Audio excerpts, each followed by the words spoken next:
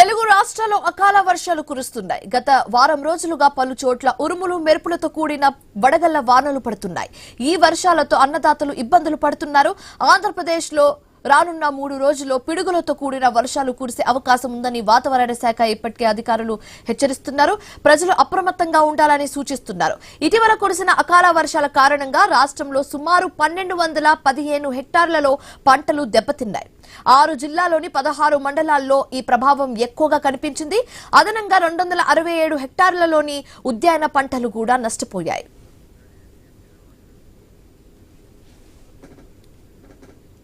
Right, ఏపీలో వర్షాలకు సంబంధించిన సమాచారం మా కరెస్పాండెంట్ రాజు ఫోన్ ద్వారా అందిస్తారు. రాజు, రానున్న 3 రోజులు అక్కడ భారీ వర్షాలు కురుస్తాయని అన్నట్లుగా సమాచారం అందుతుంది. దీనికి సంబంధించి పూర్తి డీటెయిల్స్ ఏంటి?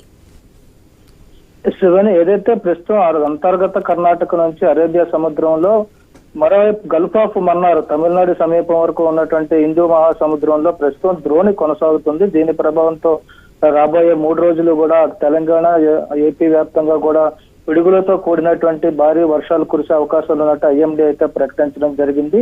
ఇప్పటికే ఆంధ్రప్రదేశ్ రాష్ట్రంలో అటు ఉత్తర కోస్తా, దక్షిణ కోస్తాతో పాటు రాయలసీమలో కూడా చాలా ప్రాంతాల్లో వర్షాలు, పిడుగులతో, ఈదురుగాలులతో కూడినటువంటి వర్షాలు కురుస్తున్న నేపథ్యంలో ఇప్పటికే ఆంధ్రప్రదేశ్ లో 1215 హెక్టార్ల పంటలు కూడా దెబ్బతిన్న పరిస్థితి ఉంది. ఇప్పటికే రాష్ట్ర వ్యవసాయ శాఖ మంత్రి కింజరాపు అచ్చెన్నాయుడు కూడా అధికారులతో సమీక్ష నిర్వహించి పంట నష్టపోయిన రైతులను ఆదుకునేందుకు తీసుకోవాల్సిన చర్యల మీద అయితే సమీక్షించడం జరిగింది. పంట నష్ట అంచనాలు కూడా వేయమని చెప్పారు. ఈ నేపథ్యంలోనే వచ్చే 3 రోజులు కూడా పరిస్థితి వర్షాలు పడే అవకాశాలు ఉన్న నేపథ్యంలో రైతులు అప్రమత్తంగా ఉండాలని, పంటలను పరిరక్షించుకోవాలని చెప్పి కూడా చెప్పడం జరిగింది. ఇప్పటికే 267 హెక్టార్లోనైతే ఉద్యాన పంటలు అయితే దెబ్బతిన్నట్టుగా అధికారిక లెక్కలు అయితే చెప్తున్న నేపథ్యంలో ముఖ్యంగా మామిడి, అరటి, మొక్కజొన్న రైతుల్లో ఆందోళన అయితే వ్యక్తమవుతుంది. మరోవైపు పిడుగులు, ఈదురుగాలులతో కూడినటువంటి వర్షాలు పడే నేపథ్యంలో ప్రజలు కూడా బయట వర్షాలు పడే సమయంలో బయట తిరగొద్దంటూ కూడా ఐఎండీ అయితే హెచ్చరికలు జారీ చేసిన నేపథ్యంలో ఇప్పటికే అకాల వర్షాలలో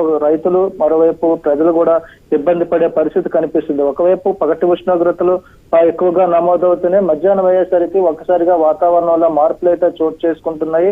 ఈదురుగాలులతో కూడినటువంటి వర్షాలు అయితే గత 2 రోజులుగా ఏపీలో పలు ప్రాంతాల్లో కురుస్తున్నాయి.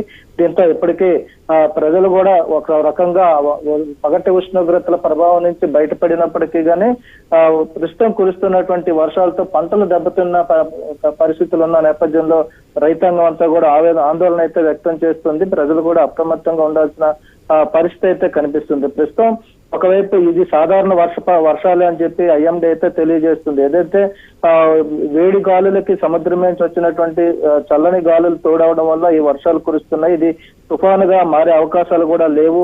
అదేవిధంగా మత్స్యకారులకు కూడా ఎలాంటి ప్రమాద హెచ్చరికలు లేవని చెప్పి కూడా విశాఖ తుఫాను హెచ్చరికల కేంద్ర అధికారులు అయితే ప్రకటించడం జరిగింది.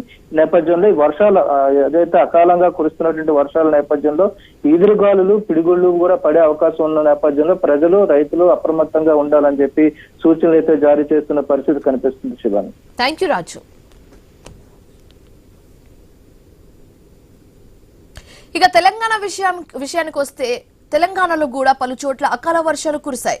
వడగళ్ల వానతో రైతులకు భారీ నష్టం వాటిల్లింది.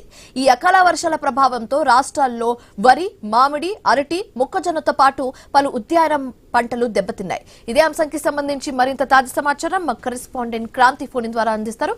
క్రాంతి, ఏపీ గురించి మనం విన్నాము. ఇప్పుడు తెలంగాణ విషయానికి వస్తే తెలంగాణలో సిచ్యువేషన్ ఏ విధంగా ఉండబోతుంది? పూర్తి డీటెయిల్స్ ఏంటి?